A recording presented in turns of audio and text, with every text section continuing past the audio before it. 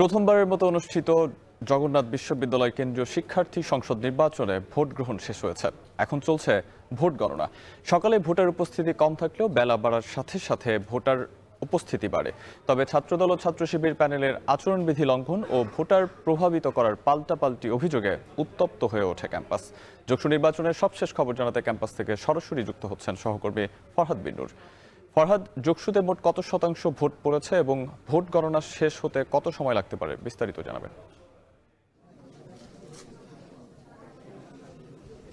আরিফুল সাহেব, একটু বলি আপনাকে, সেটা হচ্ছে যে জগন্নাথ বিশ্ববিদ্যালয় কেন্দ্রীয় শিক্ষার্থী সংসদের ভোট গণনা আসলে এখনো শুরু হয়নি।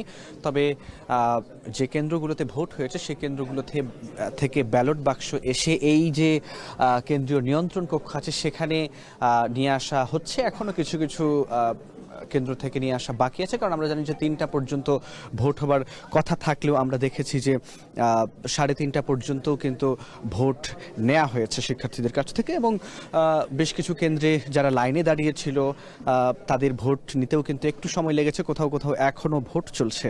এটি হলো একটি বিষয়। আরেকটি হচ্ছে যে আমরা আলাদা আলাদা করে বিভিন্ন কেন্দ্র থেকে যতটুকু জানবার চেষ্টা করেছি যে যেসব কেন্দ্র থেকে এসেছে, বিভিন্ন ডিপার্টমেন্ট থেকে, বিভাগ থেকে বা ইনস্টিটিউট থেকে, সেখান থেকে আমরা দেখেছি যে কোনো কোনো কেন্দ্রে 50%, কোনো কোনো কেন্দ্রে 55%, কোনো কোনো কেন্দ্রে 60%, 65%। আমরা ধারণা করছি যে 60 থেকে 65 কিংবা তারও বেশি ভোট শতকরা এখানে পড়তে পারে, এই ধারণাটা আমরা করছি। তবে ভোট গণনা শেষ হলে কিংবা ভোট গণনা শুরু যখন হবে এবং তখনই নিশ্চয়ই আমরা জানতে পারবো যে যেসব কেন্দ্রগুলোতে কোন কেন্দ্রে কত শতাংশ ভোট পড়েছে সবগুলো এক করে অ্যাভারেজ করে তখন হয়তো গড় কত শতাংশ ভোট পড়েছে সেটি আমরা আপনাকে জানাতে পারবো।